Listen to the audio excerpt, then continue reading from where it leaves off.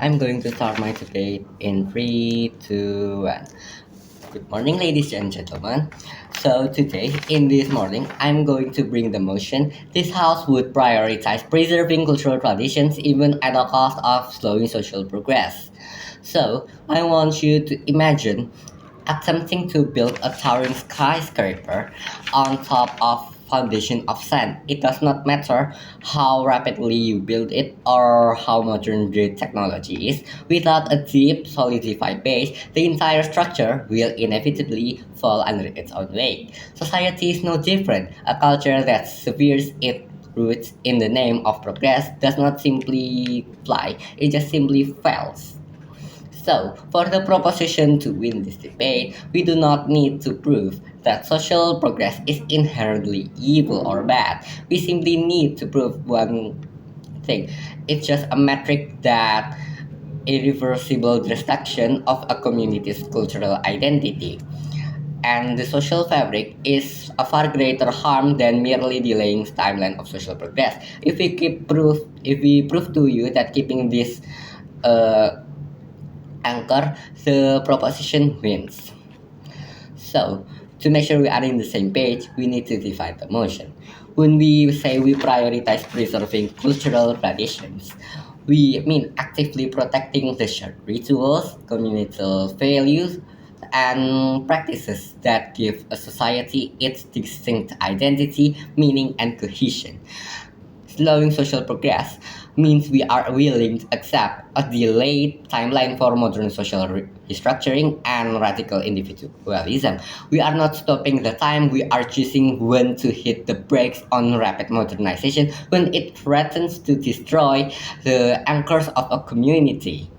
So, the opposition might say to you, panels, that uh, they they will frame that all tradition is oppressive and all progress is an unmitigated good. We preempt this by saying that tradition is not a static cage, it is a protective membrane. Progress is not always about freedom without checks and balances, it is often destabilizing chaos that leaves individuals adrift.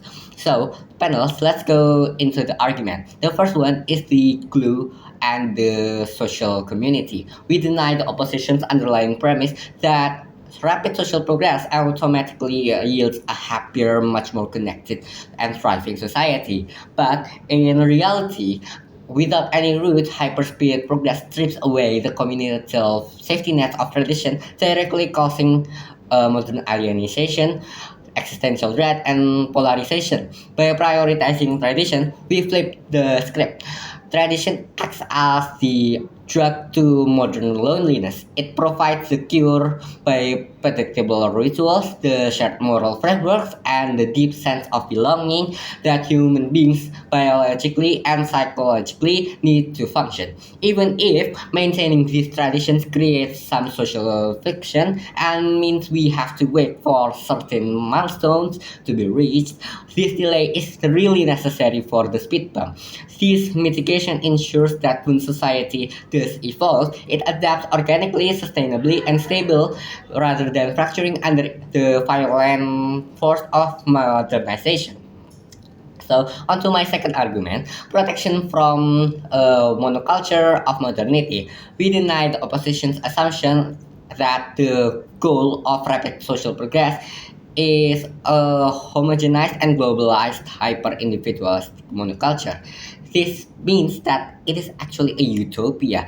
But the thing is, with unchecked social progress, it replaced local cultures, replacing vibrant human diversities with sterile identical ways of living. Prioritizing tradition actually flips the script by protecting human diversity. By slowing things down, we protect a world where a different philosophies, general wisdom, and local rituals can survive under the bulldozer of modernity. Even if preserving these traditions restricts some individual freedom in the short term, it pressures individuals to suit themselves to communal norms, the long term of survival of rich of diversity human heritage far outweighs the temporary of frustration of the individual. And to my last argument, the third argument about societal stability, we deny opposition's claim that clinging to tradition is what causes conflict. They will argue to you panels that traditions are inherently oppressive then and henceforth it generates friction. We flip this by showing that it is actually forced rapid social progress that creates massive social backlash and instability. When progress attempts to bulldoze hundreds of years of norms overnight, they do not create peace, they create polarization. When people feel their entire way of life, their values and norms are being mocked and erased by change, they actually panic. This leads to intense cultural divides, political extremism, and the breakdown of society.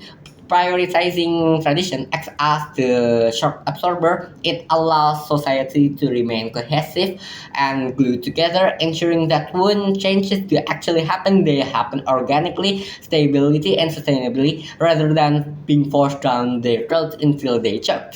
Even if the opposition points out that slowing progress means groups have to wait longer for certain shifts, we mitigate this by highlighting the rapid progress often triggers that backlashes that end up harming those exact same groups even more. Slow, stable progression and evolution is safer and much more beneficial to everyone.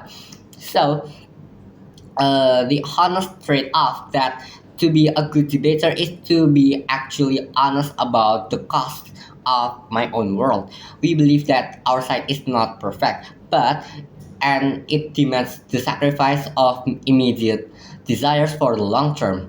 But it is much a better pill than total societal collapse. So, in summary, the we stand proudly as in the proposition because we recognize that a society moving at the speed of light is completely blind. The opposition demands we sprint toward those in an unknown future, but we refuse to burn out the bridge of our past to get there. We deny rapid progress is synonymous with peace. We flip the narration to prove that cultural tradition is the only true anchor to against the chaotic hyper-individualism, and we mitigate the delayed timeline of social reform as a necessary survivable cost for maintaining human glue. And we admit that our side demands patience and sacrifice, but effectively it slows down the utopian march of progress and asking individuals to bear the weight of the collective. However, preserving the deep cultural roots of our humanity is the only logical way to ensure the tree of society remains standing at all. Thank you.